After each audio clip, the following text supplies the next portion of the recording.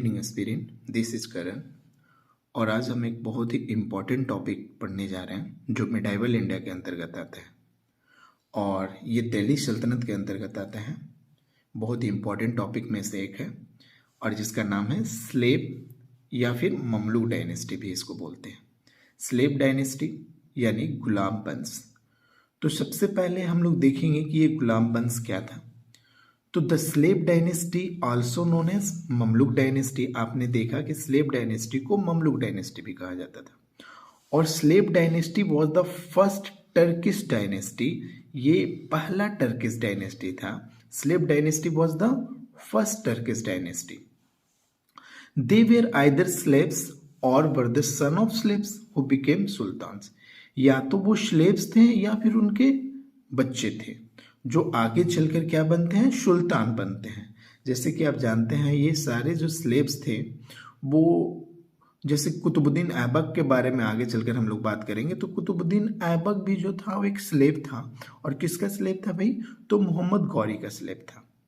तो ये आगे हम देखेंगे, लेकिन सबसे पहले उससे पहले हम लोग देखेंगे 3 मेजर सब dynasties were established during this period, यानी कि इस पीरियड के दौरान कुछ सब डायनेस्टीज भी इस्टेब्लिश हुए। तो सबसे पहला डायनेस्टी था कुतबी डायनेस्टी। ये हमेशा एग्जाम में पूछ दिया जाता है कि कुतबी डायनेस्टी का फाउंडर कौन था।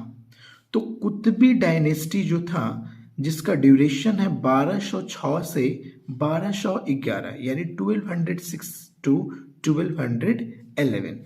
कुतबी डायनेस्टी जो फाउंडेड किया गया, जो इसका स्थापना किया, वो था कुतुबुद्दीन ऐबक। एक बार फिर से देख लीजिए कि कुतबी डायनेस्टी का फॉर्मेशन और फाउंडेड कौन किया, तो कुतुबुद्दीन ऐबक ने किया। उसके बाद एक और था, ये था फर्स्ट इल्बरी डायनेस्टी। ये फर्स्ट इल्बरी डायनेस्टी को कौन फाउंड किया था, तो it was founded by Iltutmish. First Ilbari dynasty जिसका ड्यूरेशन था 1211 टू 1266, और ये किसके द्वारा फाउंडेड किया गया था, तो ये इल्तुतमिश को द्वारा फाउंड किया गया था। चलिए second Ilbari dynasty. Second Ilbari dynasty जो था इसका ड्यूरेशन था 1266 से 1290, और ये फाउंडेड किया गया था बलबन द्वारा। बलबन जो आगे चलकर बहुत ही इम्पॉर्टेंट सुल्तान में से एक बनता है ये। तो सेकेंड इल्बरी डायनेस्टी जो है वो बलबन द्वारा फाउंडेड किया गया। First Ilbari dynasty founded by Iltutmish, और कुतबी डायनेस्टी जो था वो कुतुबुद्दीन ऐबक के द्वारा फाउंड किया गया। चलिए, तो अभी हम लोग 3 मेजर सब डायनेस्टीज के बारे में जान रहे थे। अब हम लोग कुतुबुद्दीन ऐबक के बारे में जानेंगे।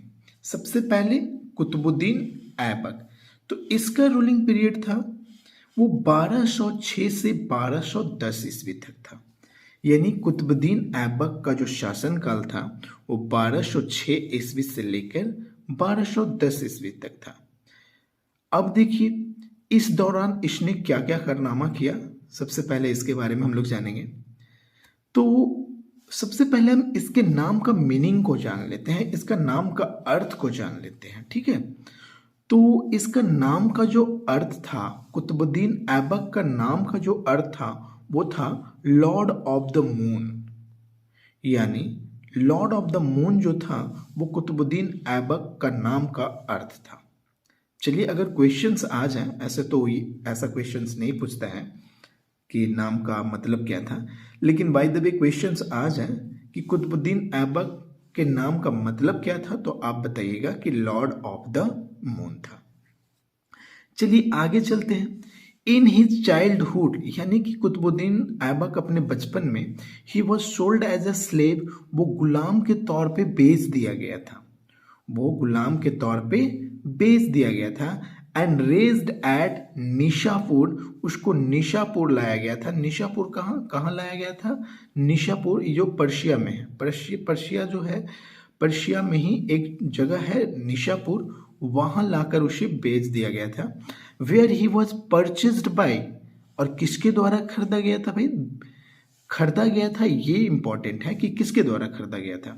तो he was purchased by Fakhruddin Abdul Aziz Kuki. किसने खरीदा था कुतुबुद्दीन ऐबक को?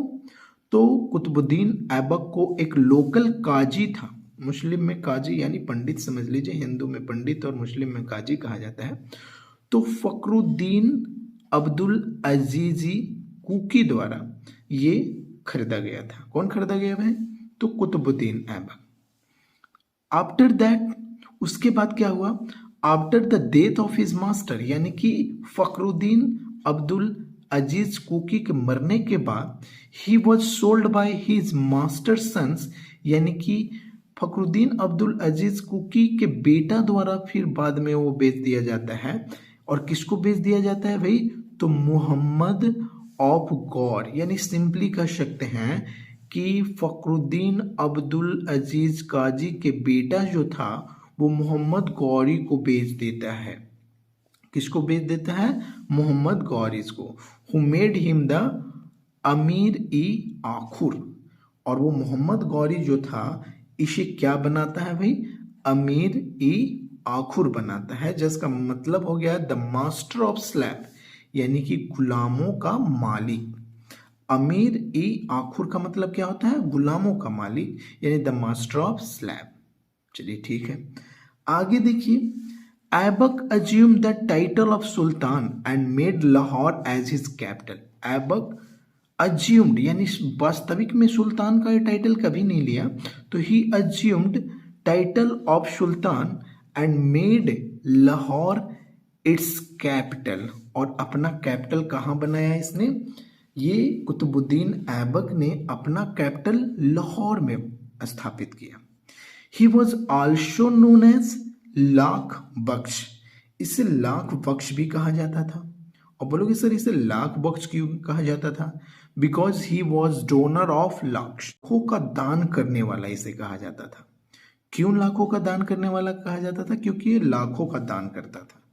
तो अगर क्वेश्चन आए कि who was known as Lakh Bakhsh, यानी लाख बख्श किसे कहा जाता था, तो आपका आंसर होना चाहिए कुतुबुद्दीन ऐबक। कुतुबुद्दीन ऐबक को लाख बख्श कहा जाता था। चलिए अब आगे चलते हैं। चलिए आगे चलकर देखिए कि ही was assisted by Bakhtiyar Khalji. वही बख्तियार खलजी जो नालंदा यूनिवर्सिटी को आगे चलकर क्या करता है? ये पूरी तरह से बर्बाद कर देता है। तो he was assisted by Bakhtiyar Khalji in conquering Bihar and Bengal. Bihar और बंगाल को कब्जा करने में बख्तियार खिलजी ने बहुत ही वाइटल रोल प्ले किया था और बहुत ही important role play. Bakhtiyar Khilji किसको असिस्ट किया? यहाँ पे कुतुबुद्दीन ऐबक को असिस्ट किया। किसका कब्जा करने में? तो बिहार और बंगाल को कब्जा करने में। चलिए आगे देखिए। He build the first mosque in India at Mehrauli. तो he build the first mosque in Mehrauli. ये सबसे पहले इंडिया में जो मस्जिद बनाया वो मेहरौली में बनाया। और मेहरौली कहाँ है भाई? तो दिल्ली में। मेहरौली कहाँ पड़ता है? तो दिल्ली में। जो इसने पहला मॉस्क बनाया मेहरौली में, उसका नाम था कुबत उल इस्लाम। कुबत उल इस्लाम। और 2.5 दिन का झोपड़ा, ये नियर अजमेर में है, यानी अजमेर के नज़दीक में है 2.5 दिन का झोपड़ा। तो क्वेश्चन है कि पहला मॉस्क का नाम क्या था जो इसने बनाया? तो कुबत उल इस्लाम नाम था। और ये कहाँ बनाया? तो मेहरौली। और मेहरौली कहाँ है भाई? तो दिल्ली में। और सेकंड क्या था? जो 2.5 दिन का झोपड़ा बनाया वो अजमेर में बनाया। And started construction of the Qutub Minar, most famous monument of India. आप जानते हैं कि one of the most famous monument है कुतुब मीनार। तो कुतुब मीनार का जो कंस्ट्रक्शन स्टार्ट किया गया था वो भी किसके द्वारा किया गया था? वो भी किया गया था आपका किसके द्वारा? तो कुतुबुद्दीन ऐबक द्वारा किया गया था। चलिए आगे चलते हैं। ये फर्स्ट स्टोरी बनाया था कुतुब मीनार का इन द मेमोरी ऑफ। अब यहाँ पे सवाल ये पैदा होता है, बहुत इंपॉर्टेंट क्वेश्चन बन सकता है कि कुतुब मीनार, जो Qutub Minar one of the most important monument में से एक है, ये कुतुबुद्दीन ऐबक किसके याद में बनाया था? तो ये जो कुतुब मीनार बनाया था वो ख्वाजा कुतुबुद्दीन बख्तियार काकी, ख्वाजा कुतुबुद्दीन बख्तियार काकी के याद में ये बनाया था। किसके याद में कुतुब मीनार बनाया था? एक बार फिर से जान लीजिए, ये जो कुतुब मीनार बनाया गया था वो बनाया गया था ख्वाजा कुतुबुद्दीन बख्तियार काकी के याद में। और ये कौन थे? तो एक सूफी संत थे। ख्वाजा कुतुबुद्दीन बख्तियार काकी वो क्या थे? तो एक सूफी संत थे। चलिए यहाँ तक हम लोगों ने देख लिया कुतुबुद्दीन ऐबक के बारे में। आगे चलते हैं। आगे ये ऐबक साहब जो थे, कुतुबुद्दीन ऐबक, वो एक गेम खेलते समय, यानी एक गेम था जिसका नाम था चौगान, चौगान जिसको इंग्लिश में पोलो भी बोला जाता है। तो when he was playing a game Chaugan, जब वो चौगान गेम खेल रहे थे या फिर पोलो खेल रहे थे, तो 1210 ईस्वी में वो हॉर्स से गिरकर, यानी घोड़े से गिरकर, चौगान खेलते समय घोड़े से गिरकर इनकी मृत्यु हो जाती है। तो कब मृत्यु हो जाती है कुतुबुद्दीन ऐबक की? तो कुतुबुद्दीन ऐबक की जो मृत्यु है वो 1210 ईस्वी में हो जाती है। और कैसे हो जाती है भाई कुतुबुद्दीन ऐबक की मृत्यु? तो चौगान खेलते समय वो घोड़े से गिर जाते हैं और 1210 में उनकी मृत्यु हो जाती है। He was buried at Lahore, और उनको लाहौर में ले जाकर दफना दिया जाता है। उनको कहाँ दफनाया जाता है? लाहौर में दफनाया जाता है। किनको? कुतुबुद्दीन ऐबक को। और लाहौर में कहाँ? तो नियर अनारकली बाजार। कहाँ पे भाई? अनारकली बाजार। तो अनारकली बाजार में कुतुबुद्दीन ऐबक को क्या कर दिया जाता है? दफना दिया जाता है। अनारकली बाजार कहाँ है? तो लाहौर में। चलिए अब आगे देखते हैं। He was succeeded by his son आराम बख्श। अब आगे देखेंगे कि ये जो सक्सीडेड होता है इसका बेटा का नाम था आराम बख्श। तो आज हम लोग यहीं ख़त्म करते हैं। कुतुबुद्दीन ऐबक का जो अचीवमेंट था उतना ही था, और इसमें से क्वेश्चंस हमेशा आता है दिल्ली सल्तनत से, तो आप इसको अच्छे से रिवाइज करिएगा। That's all.